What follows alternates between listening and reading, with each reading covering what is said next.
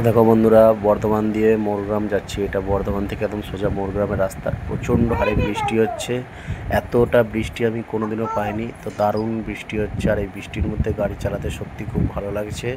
তবে একটু সাবধানে গাড়ি চালাবে, যাতে ব্রেক স্কিড না করে যায়, কারণ ব্রেক খুব বুঝে সুঝে মারবে। আর ডিস্টেন্স তো অবশ্যই বজায় রাখবে। বর্ষাকালে যখন গাড়ি চালাবে ডিস্টেন্স অতি অবশ্যই বজায় রাখবে বন্ধুরা, নইলে পারে বিপদ, কেউ আটকাতে পারবে না। কারণ গাড়ি ঘোড়া জিনিস কখন কি হয় কেউ জানে না। তারপরে সিঙ্গেল রাস্তায় একটা কি যখন তখন বাম্পার চলে আসছে, আর দেখুন পুরো মেঘে ভর্তি আছে ওপরটা। আর গাড়িও খুব স্পিডেই চলছে, কারণ আমাদের একটু তাড়া আছে, যেহেতু আমরা বর্ধমানে অনেকটা মার খেয়ে গেছি। আমাদের একটা মানে কী বলবো, দুঃখজনক বিষয়, আমার এক রিলেটিভ মারা গেছে, তো সেই সূত্রে। তো যাই হোক, একটা কথাই বলবো, বর্ষাকালে গাড়ি খুব ধৈর্য ধরে ডিস্টেন্স বজায় রেখে গাড়ি চালাবেন। দেখুন চারিপাশে একদম জলে জল ভর্তি হয়ে গেছে। একসময় এই রোড দিয়ে ওপর দিয়ে জল পারাপার করতো, এখন তো রোড অনেকটা সুন্দর, আর খুব মানে খুবই সুন্দর রোড হয়ে গেছে।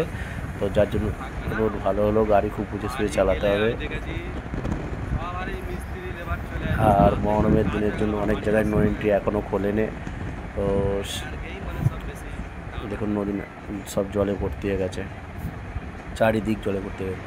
তো মোরগ্রামে ওঠার পরে আমি একটা শর্টকাট দিয়ে মেন রোডে উঠলাম, আর মেন রোডে উঠে তোমাদের দেখাবো। দেখুন ভালো করে, এখনও ডান পাশটা কলকাতা যাওয়ার দিকে পুরো নো এন্ট্রির জন্য অনেকটা এরিয়া নিয়ে জাম, কিছু না হলেও 3-4 কিলোমিটার পর্যন্ত জাম লেগে আছে।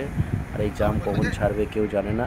তাই আমি যাওয়ার সময় কপাল ভালো যে ফাঁকা পেয়ে গেছি, আর ভেতর দিয়ে রাস্তাটা জানা ছিল, তাই ভেতর দিয়ে চলে আসতে পারলাম, দিয়ে হাইওয়ে ধরলাম। এই ভিডিওটা অবশ্যই লাইক শেয়ার করো, আর কেমন লাগলো একটু জানিও বন্ধুরা। থ্যাংক ইউ, সব ভালো থেকো, আর সাবধানে গাড়ি চালিয়ে সেফ ড্রাইভ সেফ লাইফ। সকলেই আপনি ভালো